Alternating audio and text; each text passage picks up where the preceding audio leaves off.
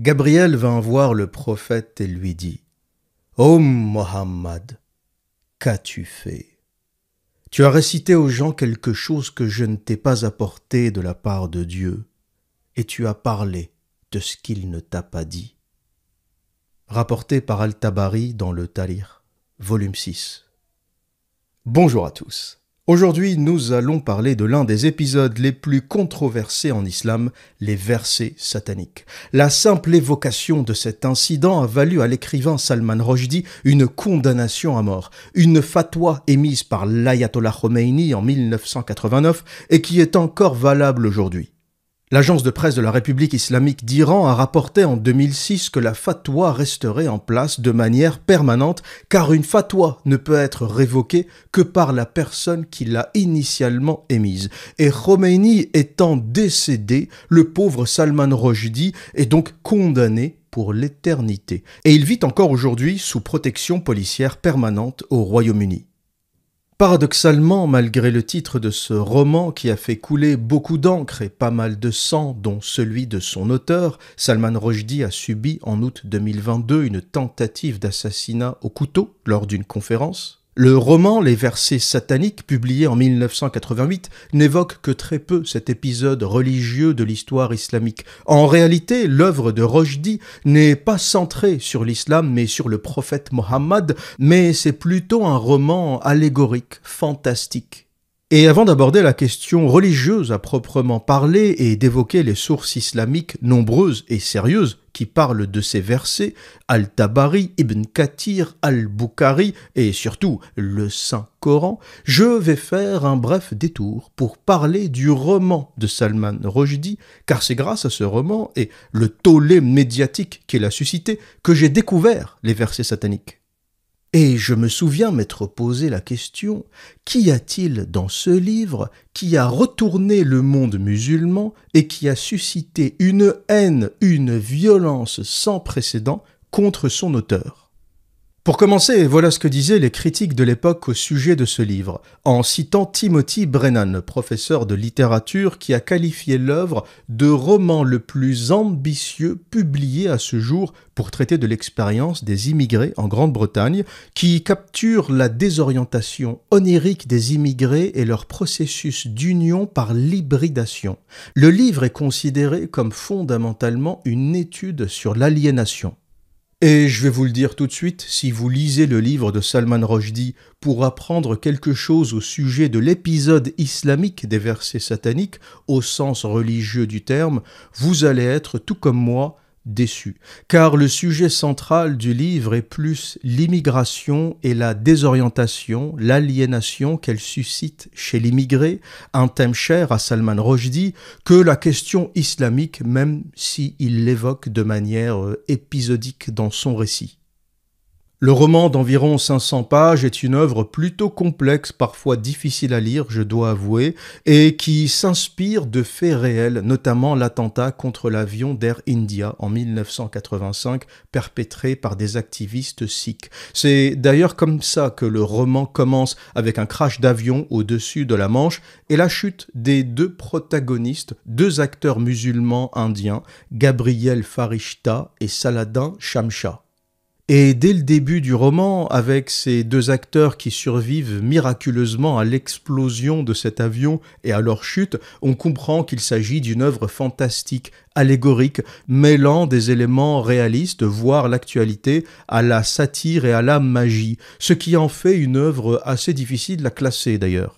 Après l'incident, les deux personnages subissent des transformations surréalistes. Gabriel développe un halo, Saladin devient diabolique. Le récit raconte ensuite leurs aventures en Grande-Bretagne, entrecoupées de séquences de rêves et une série de sous-intrigues.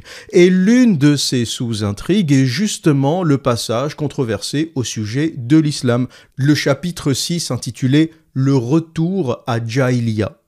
Dans ce chapitre, on voit la vie de Mohammed, qu'on appelle Mahound, racontée de façon romancée dans une ville appelée Jahiliya, qui est en réalité la Mecque, et Mahound, le messager, annonce d'abord qu'il y a 3 divinités, 3 dieux polythéistes, puis il se ravise et il dit que c'était une erreur, un coup du diable.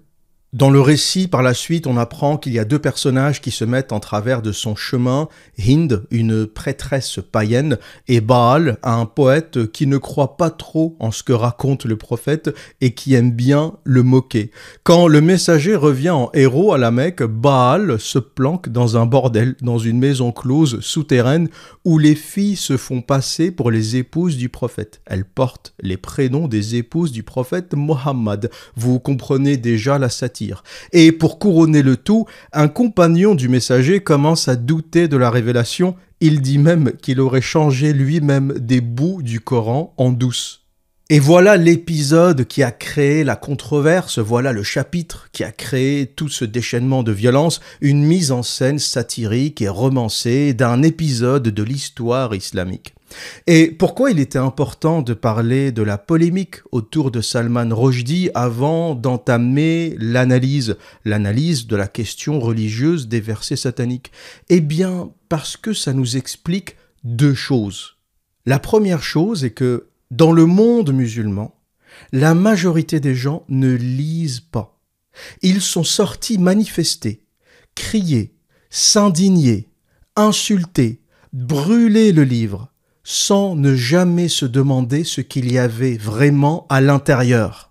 99% du roman de Salman Rushdie tourne autour de la vie de deux acteurs indiens et de leurs aventures dans un Londres de la fin des années 80, avec comme sujet central l'immigration, l'aliénation et la vie chaotique de l'immigré. Et on le condamne à mort parce qu'il y a un chapitre satirique qui parle d'un épisode qui se trouve dans deux sourates, sourate An-Najm et sourate Al-Hajj, la sourate de l'étoile et la sourate du pèlerinage, et que les musulmans eux-mêmes ne connaissent pas parce qu'ils ne lisent pas le Coran. Ils récitent, ils apprennent par cœur, mais ils ne comprennent pas ce qu'ils lisent. Et voilà comment on en est arrivé à cette aberration, condamner un écrivain à mort pour une question anecdotique. Et le sujet central dans ce récit, le sujet que l'auteur tient le plus à cœur, c'est la question de l'immigration. Et le roman de Salman Rushdie, complètement chaotique, assez difficile à lire, avec une part de réalisme et même d'actualité, et une part fantastique et magique, est à l'image de cette vie d'immigré. Et les abrutis qui l'ont condamné passent à côté de tout ça et ils décident de le condamner à mort et de lui pourrir la vie pour un chapitre qui a un peu égratigné la vie de Mohammed. Mohammed, le prophète de l'islam, le meilleur des hommes et mon cul sur la commode, celui qu'il ne faut pas toucher. Et le deuxième point est que ça met le doigt sur un véritable problème, qui est que l'islam n'est pas une religion comme une autre. C'est une religion qui n'accepte pas la satire, qui refuse la critique, qui est hermétique à l'humour. Et aujourd'hui, l'islam est la seule religion sur terre, je dis bien la seule religion sur terre, qui tue pour l'humour, la satire et la caricature. Et ce qu'il faut comprendre est que ce qui a fait peur aux mollahs, ce n'est pas le roman. D'ailleurs, peu ou pas de musulmans iraniens ont lu les versets sataniques, le roman de Salman Rushdie. Ils ont simplement entendu les infos, une déclaration des mollahs, et ils sont sortis dans la rue, brûler son livre et crier, l'insulter, le diffamer, et tout le monde musulman a suivi. Mais ce qui est important de comprendre, c'est que ce qui a dérangé, ce n'est pas le contenu du livre. Comme je vous le dis, si vous lisez le livre, vous allez être déçu. Du moins, si vous le lisez pour la question des versets sataniques, vous allez être déçu. C'est un livre fantastique, ça part dans tous les sens, c'est allégorique, ça suit deux acteurs qui tombent d'un avion, qui sont vivants suite à la chute d'un avion. Tu comprends dès le départ qu'on est dans un monde parallèle. Mais les mollahs iraniens s'en foutent de tout ça, c'est pas ça qui les a dérangés. Ce qui les a dérangés, c'est le titre. Le titre, les versets sataniques. Pourquoi ? Parce que ça a rappelé au monde musulman l'une des plus grandes failles de ce dogme. Une faille qui a le potentiel de faire tomber l'islam, et je pèse mes mots. L'épisode des versets sataniques a le potentiel de faire tomber l'islam. Et c'est de cela dont nous allons parler aujourd'hui. Et avant de commencer, je vais vous raconter une anecdote plutôt drôle, mais qui résume très bien la situation. J'ai vu une vidéo sur TikTok d'un gamin qui ramène une pierre noire à sa mère. Il était tout content comme ça, il rentre à la maison, il y a sa mère qui tient le téléphone, qui le filme, et le gamin lui ramène une petite pierre noire. La mère la prend dans ses mains et elle éclate de rire. Elle était pliée en 4. Elle rigole pendant je ne sais plus combien de secondes, 30 secondes de rigolade ininterrompue. Et puis à un moment, elle regarde son petit et elle lui dit « Va jeter ça tout de suite, c'est un bout de caca. » C'est un bout de merde. Le gamin a ramené fièrement à sa mère un bout de merde asséché, probablement une merde de chien, et il pensait que c'était une pierre noire. Et c'est exactement ce qu'a fait Salman Rushdie avec les mollahs. Il leur a ramené un bout de caca sous le nez, un bout de caca calciné, les versets sataniques, et il leur a mis sous le nez. Et ils n'ont pas supporté. Ils ont moins d'humour que cette mère, on va dire. Et avant de commencer mon développement, je vais vous citer les sources qui m'ont servi de base à cette recherche pour que tout le monde puisse vérifier ce que je dis. Coran, sourate An-Najm, l'étoile, versets 19 à 22. Coran, sourate Al-Hajj, le pèlerinage, verset 52. Al-Tabari, le Tarikh, volume 6. Sahih al-Bukhari, hadith 1071. Sahih al-Bukhari, hadith 4862. Et le Tafsir de Ibn Kathir. Et je vous mettrai tous ces liens en description de ce podcast. Et pourquoi citer ces sources est important? C'est pour coucher par terre, dès le départ, mes détracteurs. Les gens qui disent « tu ne sais pas, tu ne comprends pas, tes sources ne sont pas fiables » ou « tu ne comprends pas le contexte ». Il y a des gens qui vont tenter de réfuter cette vidéo, le fan club des amis d'Allah et de Mohammed, mais je préviens que ce que je viens d'aligner comme référence, c'est la Dream Team de l'islam. Le Tafsir d'Ibn Kathir, l'histoire, le Tarikh de Tabari et les hadiths authentiques de Bukhari, c'est l'équivalent de l'équipe de basket américaine Barcelone, Jeux Olympiques 92. Michael Jordan, Scottie Pippen, Karl Malone, Magic Johnson. Dans les pays sunnites, tu rejettes Al-Tabari et Bukhari, tu vas en tôle. Il y a des articles dans le monde musulman sunnite qui vous mettront en tôle pour avoir renié les hadiths de Bukhari. Et ça, c'est un petit message à tous les gens musulmans qui ont appris 3 sourates avant-hier et qui viennent tortiller du cul dans les commentaires en mode « t'as pas compris, je vais t'expliquer ».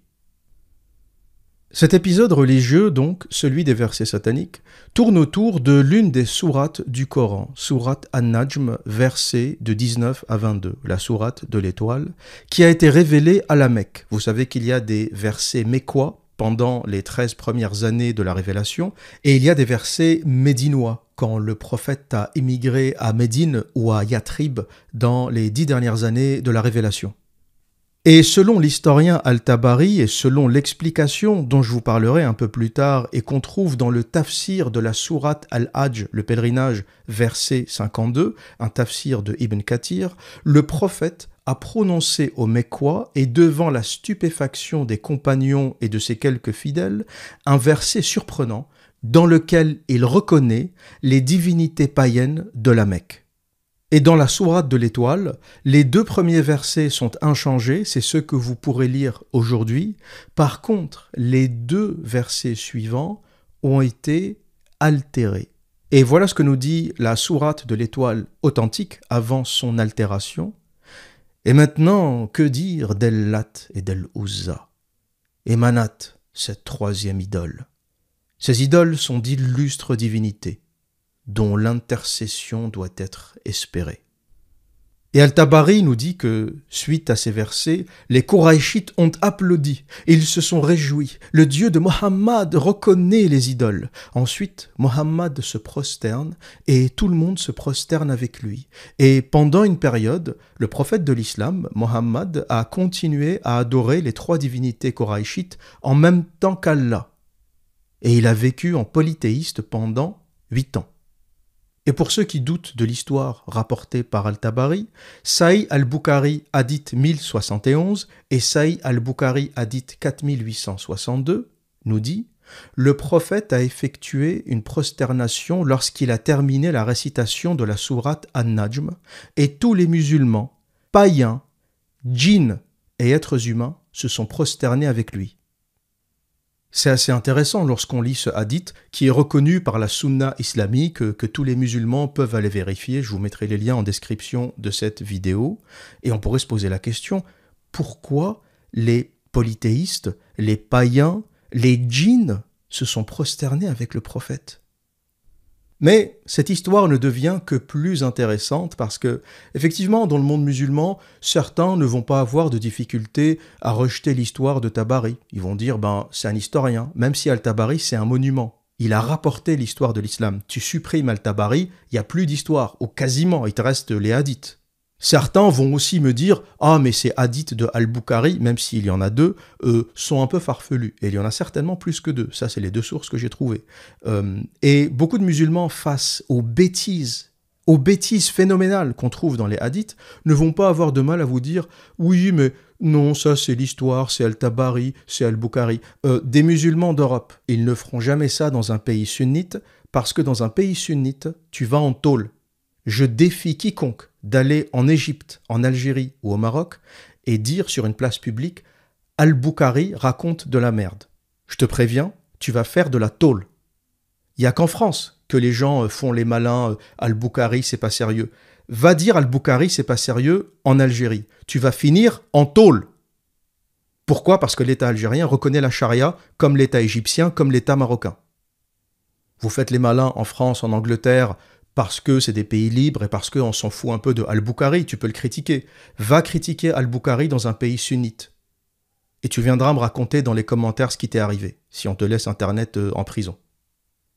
Mais maintenant, je vais vous raconter la partie que aucun musulman ne peut réfuter, parce que c'est une sourate. C'est Dieu qui parle de cet épisode des versets sataniques. Vous l'avez bien entendu, c'est Dieu, dans sourate Al-Hajj, verset 52, révélé 8 ans plus tard après la sourate An-Najm, et elle a été révélée à Médine quand le prophète a quitté la Mecque.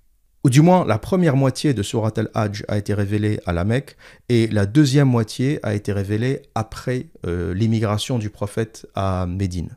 C'est une sourate assez longue. Et je vais vous lire cette sourate, puis le tafsir, le décryptage de l'un des plus grands érudits de l'islam, Ibn Kathir, mais d'autres tafsirs disent exactement la même chose, notamment celui de Al-Jalalayn. Et très honnêtement, s'il y a des musulmans qui m'écoutent et qui veulent conserver leur foi, à partir de maintenant, je vous invite à quitter ce podcast. Très honnêtement, à partir de maintenant, je vais chambouler vos croyances comme personne ne l'a jamais fait. Sourate Al-Hajj, le pèlerinage, verset 52. Nous n'avons pas envoyé avant toi un prophète ou un apôtre auquel Satan n'ait tenté de ravir ses espoirs. Mais Allah décèle les tentatives de Satan, puis il raffermit ses propres preuves. Il est savant et sage. Verset 53. Si Allah tolère les manœuvres de Satan, c'est pour éprouver les cœurs incertains ou endurcis. Les incrédules sont des rebelles irréductibles. Et verset 54. Une telle tolérance, c'est pour que les gens de science sachent que le Coran est une vérité de ton Seigneur. Ils s'y allient alors en connaissance de cause et leurs cœurs ne sont que plus émus. Allah met sur la voie droite ceux qui croient en lui.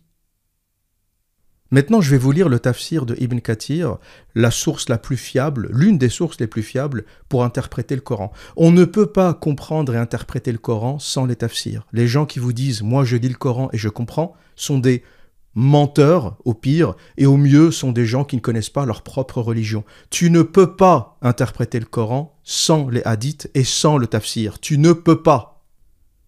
Il y a des histoires dans le Coran qu'on ne comprend pas. Si je te donne le Coran et je te dis « Qui est Abu Lahab ?» Vas-y, cherche, tourne les pages. Qui est Abu Lahab? Il y a toute une sourate où on parle de lui. Et toi qui me dis « Je n'ai besoin de rien d'autre que le Coran. Le Coran, ça me suffit, je peux tout comprendre. » Ben, vas-y, dis-moi qui est Abu Lahab. Tu ne trouveras pas. On parle de lui, mais on ne te dit pas qui il est et on ne sait pas qui il est si tu n'utilises que le Coran. Et c'est en lisant les hadiths qu'on découvre que c'était l'oncle du prophète. Sans les hadiths, tu ne sais pas. Sans le tafsir, tu ne peux pas connaître ce genre de choses. Donc les gens qui vous disent « moi je lis le Coran et ça me suffit », non, tu racontes de la merde. Il y a des personnages cités dans le Coran, il y a des événements. Si tu n'as pas l'histoire de Tabari, les hadiths de Bukhari, les tafsirs pour t'expliquer, ça ne veut rien dire. Et voilà ce que nous dit le tafsir d'Ibn Kathir au sujet de cette sourate. Nombre des exégètes, en commentant ces versets, ont fait allusion à l'histoire des idoles. Ceci eut lieu quand les émigrés parmi les fidèles retournèrent de l'Éthiopie croyant que les idolâtres de Quraïsh avaient embrassé l'islam. Et voilà en résumé le récit rapporté par Saïd ben Jubayr. À la Mecque, le messager de Dieu, qu'Allah le bénisse et le salue, récita la sourate de l'étoile. Arrivé à ces versets, et maintenant que dire d'Allat, d'Al-Uzza et de Manat, cette troisième idole, Satan jeta sur sa langue ces propos.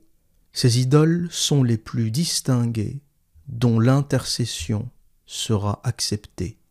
Les idolâtres s'écrièrent alors « Il n'a jamais mentionné nos divinités en bien avant ce jour-ci. » En récitant cette sourate, le prophète devait se prosterner comme il se doit. Il se prosterna et les autres se prosternèrent. Dieu, à lui la puissance et la gloire, fit descendre ce verset. Nous n'avons pas envoyé avant toi un seul prophète ou apôtre auquel Satan n'ait tenté de ravir ses paroles. Mais Allah décèle les tentatives de Satan, puis il raffermit ses propres preuves. Il est savant et sage. Ce même événement fut cité dans la biographie du messager de Dieu, qu'Allah le bénisse et le salue, écrite par Mohammed ben Ishaq. Ceci n'a été ni confirmé ni démenti, et c'est Dieu qui est le plus savant. Donc on a deux historiens, Al-Tabari et Ben Ishaq, qui racontent la même chose, qui racontent que le diable est venu murmurer des choses à l'oreille du prophète. Et les deux plus grands historiens de l'islam te disent « on ne peut pas confirmer, mais on ne peut pas nier ». Et le plus intéressant des érudits de l'islam est Al-Barawi, dans son ouvrage « L'interprétation du Coran », qui s'est demandé avec étonnement comment cela pouvait-il arriver du moment que Dieu a préservé son messager de toute erreur flagrante comme celle-ci? Et pour donner une réponse concrète, il dit « Satan avait jeté dans les oreilles des polythéistes ces propos attribués au prophète. Ils crurent que cela fut déclaré par le messager de Dieu, alors que c'était le fait du démon. C'est de cette façon qu'on doit commenter un tel événement. » Vous imaginez ce que nous dit le tafsir de Ibn Kathir? Est-ce que vous imaginez la magnitude de cette bombe qui se trouve dans les textes les plus sérieux écrits par les plus grands érudits de l'islam? Al-Barawi, c'est pas un branleur Al-Barawi. L'interprétation du Coran de Al-Barawi, c'est dans la bibliothèque de tous les grands imams, de tous les grands sheikhs, etc. Te dit, il y a un truc que je ne comprends pas. Les gens n'étaient pas cons. Même ceux qui interprétaient le Coran, c'est pas des débiles. Ils écrivaient, ils se disaient, putain de bordel de merde, comment je vais me dépatouiller de ce caca que m'a lâché Mohammed? Le mec récite des versets sataniques. Le mec récite des trucs où il reconnaît les idoles de Quraïsh. Et là, c'est Al-Barawi qui parle, rapporté par Ibn Kathir dans son tafsir. Ouvrez les guillemets. Comment cela pouvait-il arriver? C'est-à-dire, comment le diable peut-il souffler des choses à l'oreille du prophète, du moment que Dieu a préservé son messager de toute erreur flagrante comme celle-ci? Et du coup, il a été obligé de trouver une solution. Il s'est dit, c'est pas possible, on peut pas laisser ça dans l'histoire du prophète. Ce qu'ils ont fait, ils ont trouvé une petite parade, c'est de dire, c'est pas le prophète qui a parlé. Ou du moins, le prophète n'a pas été influencé par le diable. Le diable a soufflé dans l'oreille de tous ceux qui écoutaient quelque chose que le prophète n'a pas dit. Et vous comprenez que là, c'est une manière de s'en sortir, parce que c'est pas ce que dit Al-Tabari. Al-Tabari dit « le prophète a parlé ». L'ange Gabriel lui a dit des choses, et le prophète a dit autre chose. Là, c'est Al-Barawi, face à ce truc un peu bizarre, qui essaye de trouver une porte de sortie, et qui dit non, c'est pas le prophète qui a parlé, lui, il a rien dit, ou il a dit les versets authentiques, et les gens qui ont été manipulés par le diable, donc, je sais pas, les 200, 300 personnes qui étaient autour de lui quand il prononçait ces versets, ont entendu quelque chose d'autre. Et Al-Bukhari, là, si vous voulez, il y a toute l'équipe. Dans la question des versets sataniques, le premier qui essaye de prouver le contraire, je l'éteins. Il y a toute l'équipe. Je vous ai dit, il y a la Dream Team de l'islam qui parle des versets sataniques. On n'est pas dans un truc, une controverse, un hadith faible, un truc mal branlé dans un coin perdu. Non, non. Là, tu as la Dream Team de l'islam qui essaye de comprendre ce qui s'est passé. Et Al-Bukhari rapporte que Ibn Abbas, dans son commentaire, a dit « Quand un prophète désirait quelque chose, Satan lançait autre chose dans son désir. Puis Dieu abroge ce que Satan lance. » Dieu dit dans Sourate Al-Hajj « Si Allah tolère les manœuvres de Satan, c'est pour éprouver les cœurs incertains des endurcis. » Et quand vous lisez ça, vous comprenez pourquoi Salman Rushdie a été condamné à mort. Vous réalisez ce qu'il a rappelé? Vous réalisez ce qu'il a fait remonter? Cet épisode, 1400 ans passés sous silence, tout le monde l'a oublié, on a foutu les tafsirs sous le tapis, on a mis de la poussière dessus, tout le monde a oublié. T'as Salman Rushdie qui arrive, il met juste le titre, il n'en parle même pas en détail, vous trouverez pas tout ça dans le livre de Salman Rushdie, ça n'a rien à voir, c'est un roman, c'est une histoire fantastique, ça n'a rien à voir avec tout ça. Mais le titre a ouvert le champ de la recherche. Les gens ont réouvert l'histoire de Tabari, le tafsir de Ibn Kathir, les déclarations de Ibn Abbas, les hadiths de Bukhari. Ils ont commencé à lire, ils se sont dit, mais qu'est-ce que c'est que ce bordel? Allah tolère les manœuvres de Satan? Et il explique ça par le fait d'essayer d'éprouver les cœurs des incrédules. C'est quoi ce bordel? C'est quoi ce Dieu créateur de l'univers qui tolère les manipulations et les bricolages de Satan? Genre, je laisse faire pour voir qui est solide et qui est faible.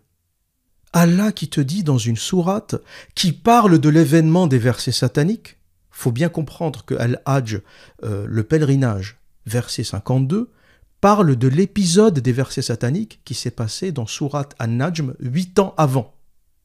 Et Dieu dit, nous n'avons pas envoyé avant toi un prophète ou un apôtre auquel Satan n'ait tenté de ravir ses espoirs.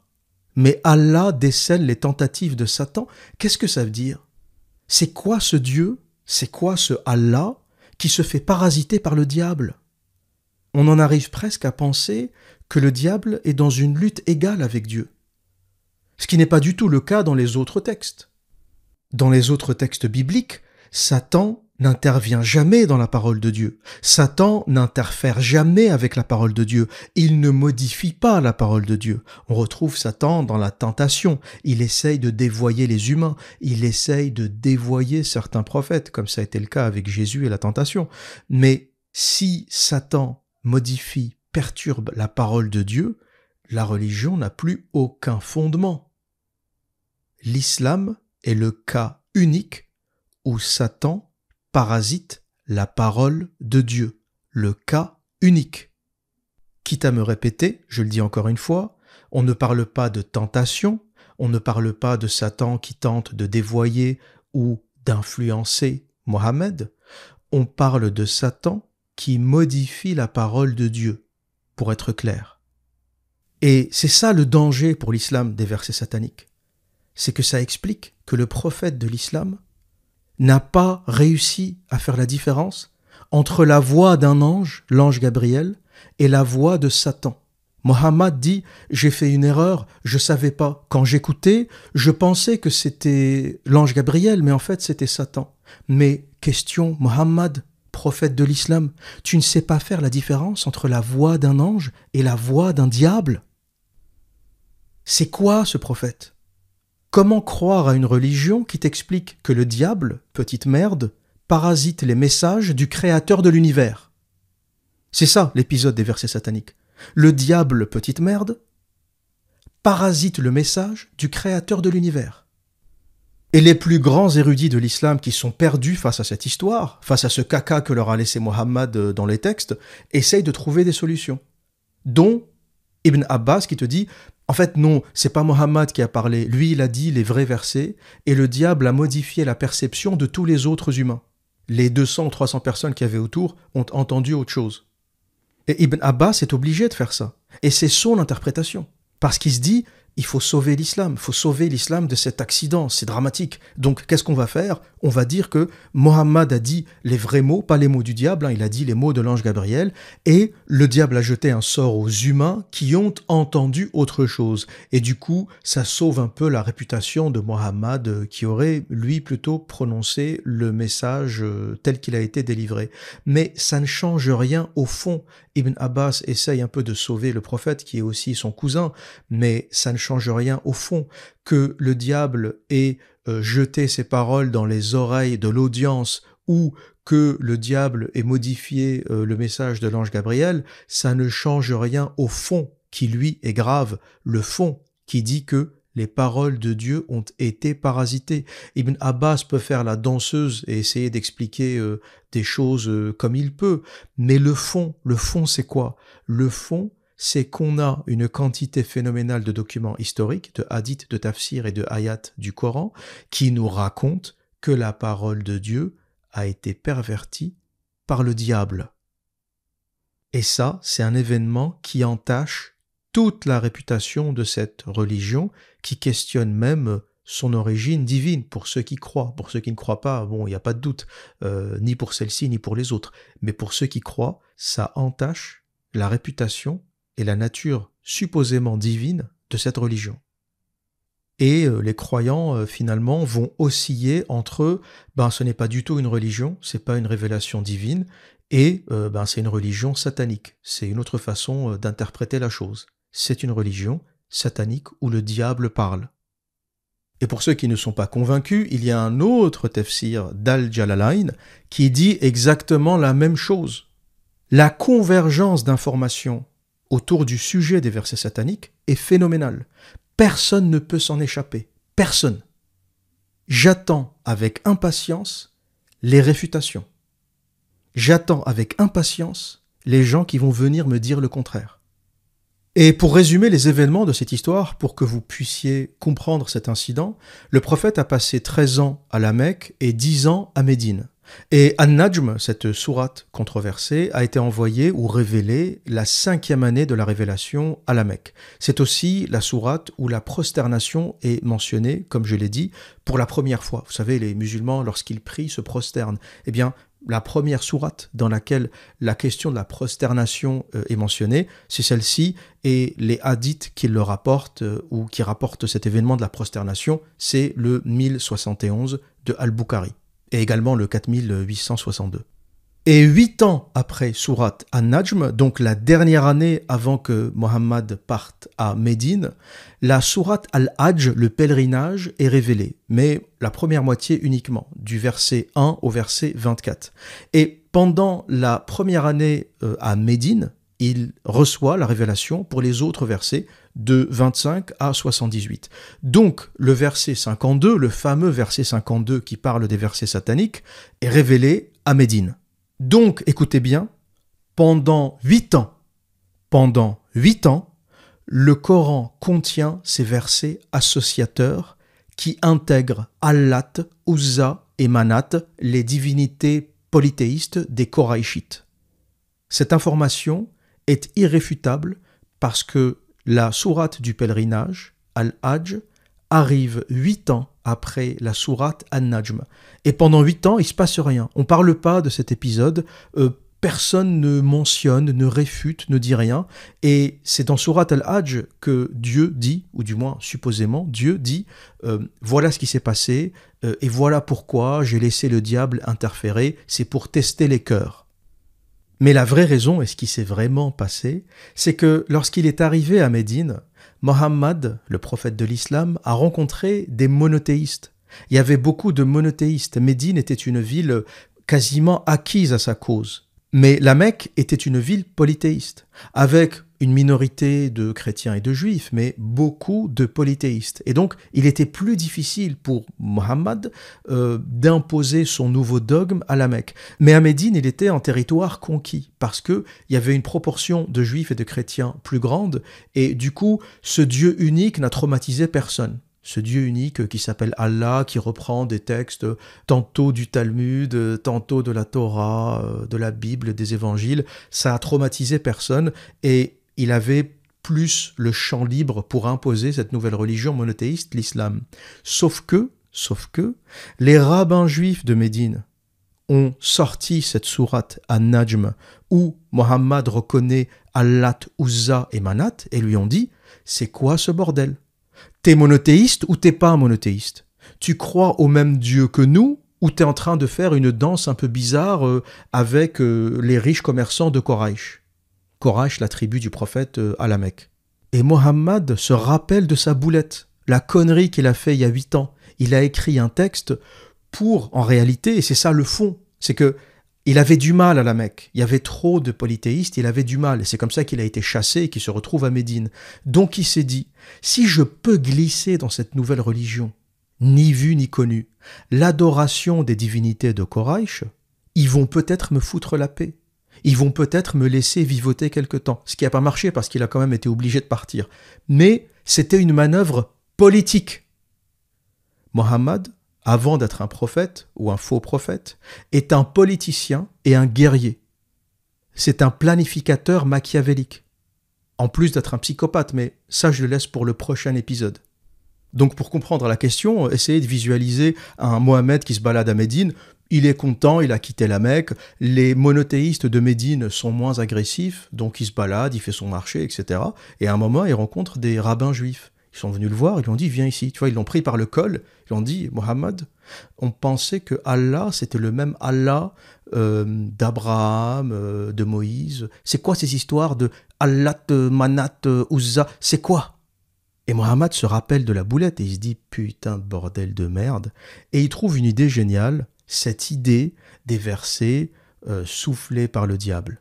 Et c'est comme ça, pour se dépatouiller de ce merdier, qu'il invente cette histoire, ce dialogue avec l'ange Gabriel, qui a été repris dans l'histoire de Tabari, où l'ange Gabriel vient voir Mohammed et lui dit « Oh Mohammed, récite-moi la sourate de l'étoile ».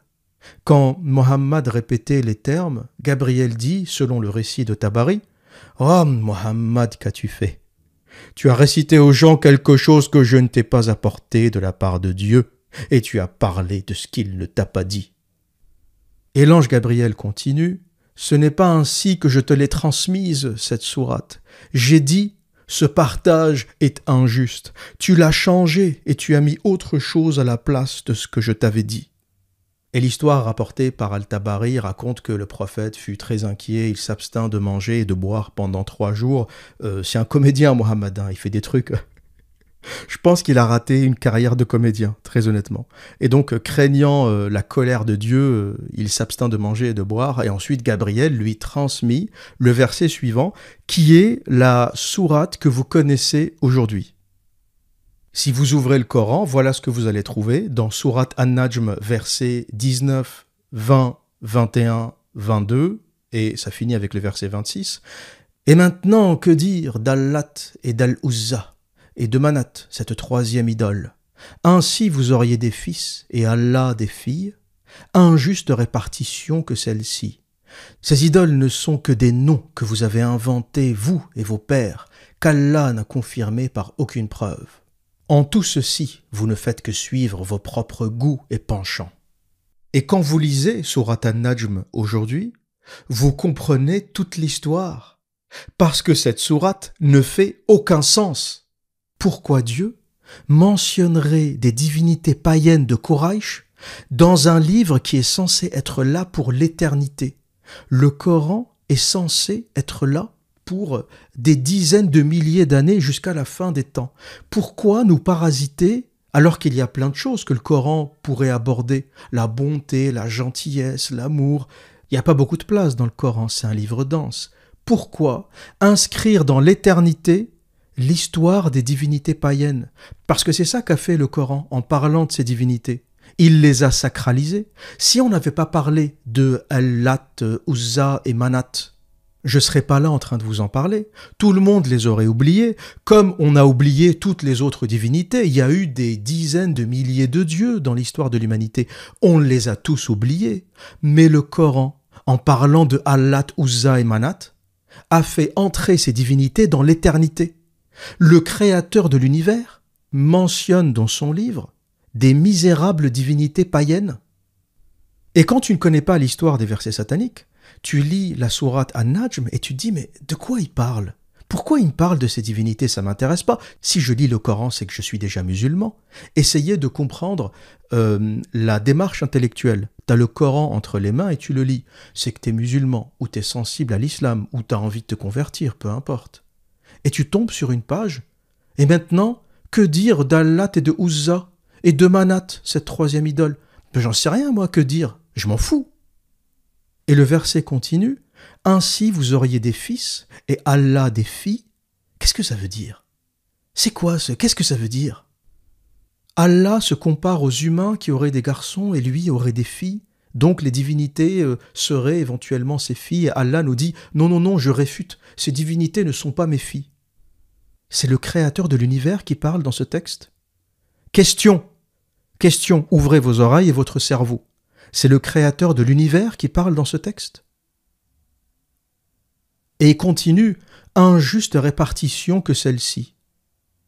Ces idoles ne sont que des noms que vous avez inventés, vous et vos pères, qu'Allah n'a confirmé par aucune preuve. Pourquoi? Parce que Allah aurait pu les confirmer par une preuve. Vous imaginez, vous comprenez un peu qu'il est en train de se mettre au même niveau que ces divinités? À la base, Allat, Uzza et Manat, c'est des bouts de pierre, pour que tout le monde comprenne. C'est des bouts de pierre dans la Kaaba que les gens venaient voir, prier, faire des offrandes, etc. Et Dieu, créateur de l'univers, produit 8 versets pour en parler. 8 pour parler de 3 bouts de pierre. Et la raison pour laquelle ce verset est incompréhensible, c'est qu'il a été modifié. Les 2 premiers sont authentiques, et maintenant que dire d'Allat et d'Al-Uzza et de Manat, cette troisième idole? Mais c'était pas ça la vraie suite. La vraie suite, c'était pas « ainsi vous auriez des fils et Allah des filles », ça veut rien dire ça. Le vrai verset tel que révélé ou tel que raconté par Mohammed, le menteur, et maintenant que dire d'Allat et d'Al-Uzza et de Manat, cette troisième idole? Ces idoles sont d'illustres divinités, dont l'intercession doit être espérée. Voilà ce qu'a dit Mohammed à la Mecque pour se garantir le soutien, l'adhésion, l'aide des polythéistes de sa tribu. Voilà le vrai verset. C'est pour ça que sourate An-Najm aujourd'hui ne veut rien dire. Ça part dans tous les sens parce que c'est une tentative de corriger, de modifier une boulette monumentale, un bout de merde monumental que Mohammed, le prophète de l'islam, a pondu et dont personne aujourd'hui n'arrive à se dépatouiller. Voilà pourquoi on en arrive à assassiner ou à tenter d'assassiner toute personne qui touche à ça. Ce que je viens de vous lire a le potentiel de terminer l'islam. Et pour conclure, je vais faire un résumé succinct pour que vous puissiez comprendre le déroulement des épisodes. Pour commencer, Mohammed balance un texte pendant la 5e année de la Révélation où il reconnaît des divinités polythéistes. Et puis, il l'oublie. Et il est rapporté que pendant 8 ans, il traîne à la Mecque, il tourne en rond, il fait ses bêtises habituelles avec ses femmes, il fait la prière avec les polythéistes, il se met à genoux. C'est ce que nous rapportent les 2 hadiths de Bukhari 1071 et 4862. Le prophète a effectué une prosternation lorsqu'il a terminé la récitation de la sourate An-Najm et tous les musulmans, païens, djinns et êtres humains, se sont prosternés avec lui. Les païens se sont prosternés avec lui. Les musulmans et les païens, les musulmans et les païens et les djinns se sont prosternés avec lui. Vous comprenez que cet épisode est un épisode où il a reconnu les dieux païens. 8 ans plus tard, il va à Médine et il rencontre de vrais monothéistes, des juifs et des chrétiens qui l'attrapent par le col et qui lui disent « C'est quoi cette sourate ? Qu'est-ce que tu es en train de faire ?» Il s'envoie donc un verset à lui-même, sourate Al-Hajj, verset 52, la sourate du pèlerinage, où il essaye d'expliquer la situation, où il tente d'enfumer un peu tout le monde avec le diable qui m'a soufflé des trucs dans l'oreille et mon cul sur la commode, une sourate tellement éclatée que les plus grands érudits de l'islam essayent de danser autour parce qu'ils n'ont pas trouvé d'explication. Ibn Abbas, c'est pas moi qui parle, c'est pas l'observateur, c'est Ibn Abbas, le cousin du prophète, Pour ceux qui ne le savent pas, Ibn Abbas, le cousin du prophète, dans l'un de ses commentaires rapportés par Sahih al-Bukhari, l'une des sources les plus authentiques en islam, Al-Barawi, c'est pas l'observateur qui parle. Moi je ne parle pas, je fais parler ces érudits de l'islam. Moi je dis rien, je ne fais que rapporter ce qu'ils disent. Al-Barawi, la référence, je vous ai dit on est avec la Dream Team, dans son ouvrage L'interprétation du Coran, s'est demandé avec étonnement comment cela pouvait-il arriver du moment que Dieu a préservé son messager de toute erreur flagrante comme celle-ci. Et si tu me dis, l'observateur, donne-moi une raison pour quitter l'islam. Ne me parle pas d'Aïcha, ni des tentatives de suicide du prophète, ni de la pédophilie, ni de l'esclavage. Non, donne-moi une raison spirituelle, pas un événement qui s'est passé, une raison spirituelle pour quitter l'islam. Eh bien, la raison, c'est pas moi qui vais te la donner, c'est Allah. Allah lui-même. Si tu veux une raison, une motivation suffisante pour quitter l'islam, tu vas dans Surat al-Hajj, verset 52, tu prends le tafsir au choix, celui que tu veux. Ibn Kathir, Al-Jalalayn, tu choisis. Et tu commences à lire. Dieu, le créateur de l'univers, te dit dans cette sourate, nous n'avons pas envoyé avant toi un prophète ou apôtre auquel Satan n'ait pas tenté de ravir ses espoirs. Mais Allah décèle les tentatives de Satan, puis il raffermit ses propres preuves, etc., etc. Mais la question, si Satan parasite Allah, s'il n'y a pas un seul prophète ou un seul message que Satan n'ait pas parasité, selon l'islam. Il n'y a qu'en islam qu'on trouve ça. Dans le judaïsme, Satan n'a pas le pouvoir de modifier les paroles de Dieu. Dans le christianisme, pareil. Il n'y a qu'en islam où Satan a ce pouvoir incroyable. La question que je vais poser est la suivante. Dans le Coran, qu'est-ce qui est de Dieu et qu'est-ce qui est de Satan? Le mariage des petites filles, c'est Allah ou c'est Satan? Le viol autorisé des esclaves, c'est Allah ou c'est Satan? Le meurtre généralisé des juifs et des chrétiens, c'est Allah ou c'est Satan? Qu'est-ce qui est dans cette religion de Dieu et qu'est-ce qui est de Satan? Mais la vérité, vous la connaissez. On n'est pas dans le divin, on n'est pas dans la science-fiction, on n'est pas dans Star Wars. La vérité, vous la connaissez. Mohammed, le psychopathe, un Mécois psychopathe de la tribu de Koraïch, un malade, un fou. D'ailleurs, ses contemporains, les Koraïchites, disaient de lui que c'était un déséquilibré. Écrit, réécrit, efface, altère, modifie des immondices issus de ses rêves éveillés pour servir ses désirs de perversion. Voilà ce qu'est l'islam. D'ailleurs, le Coran est tellement éclaté qu'il y a des versets abrogateurs et des versets abrogés. Dieu abroge ce qu'il a dit. L'Éternel, qui sait tout, dit des choses, puis les abroge. C'est quoi cette logique de débile? Jusqu'à quand vous allez vous faire avoir par ces conneries? L'Éternel, qui connaît le passé, le présent, le futur, ce qui fut et ce qui sera, fait des versets abrogateurs parce qu'il s'est trompé ou parce qu'il a changé d'avis. Même dans les livres des humains, on essaye de faire attention à ça. Quand tu écris un livre de 500 pages, tu fais attention parce qu'il se passe un temps long pendant l'écriture, il peut se passer 1 an, 2 ans, des fois 3 ans, tu fais attention de ne pas te contredire. Essaye d'avoir une cohérence, de ne pas dire quelque chose au début et de dire son contraire à la fin. C'est pas toujours un exercice facile et c'est pour ça qu'on se fait relire par d'autres qui ont un esprit plus frais face à cette œuvre. Quand tu écris pendant des mois, des années, des fois tu es fatigué, tu as juste envie de finir. Et donc, faire lire ces œuvres, c'est la base de la littérature. Avoir un œil nouveau qui arrive à déceler ce que toi, t'as pas pu voir.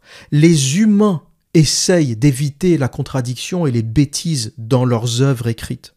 Et tu m'expliques qu'Allah, le créateur de l'univers, des planètes, de la Voie lactée, des trous noirs, change d'avis, abroge, modifie, laisse le diable intervenir, modifier. C'est quoi cette religion? C'est quoi cette religion où le diable, un ange déchu, une petite merde, interfère dans les affaires du créateur de l'univers? Donc voilà, si tu cherchais un argument pour quitter l'islam, voilà ton argument. C'est la seule religion où le diable interfère avec le message de Dieu. Et c'est pas moi qui le dis, c'est Dieu lui-même. Tu vas ouvrir le Coran, là, tout de suite, Sourate Al-Hajj, le pèlerinage, et tu lis, verset 52. Dieu laisse volontairement le diable intervenir pour tester les cœurs, entre guillemets. Mais Allah, tu prends les gens pour des gamins? Tu prends tes adeptes pour des débiles? C'est quoi ce jeu pervers? Tu leur envoies des versets, puis t'essayes de voir qui est bon, qui est mauvais, tu laisses le diable rentrer au milieu pour pervertir les gens, pervertir ton propre prophète, et ensuite, une fois que t'as testé les cœurs, t'arrives à savoir qui est bon, qui est mauvais. C'est quoi ce pervers? C'est quoi cette religion de pervers? Mais, chers amis, comme vous l'aurez compris, on arrive à la fin. La fin est proche pour Allah et son prophète, et pour cette idéologie satanique, venue d'un enfer créé de toutes pièces par un homme ou un groupe d'hommes, dont la perversité n'a d'égal que la volonté de contrôler, de dominer et de soumettre. Mes amis, nous arrivons au terme de 1400 ans d'obscurantisme, et Allah vient de mourir.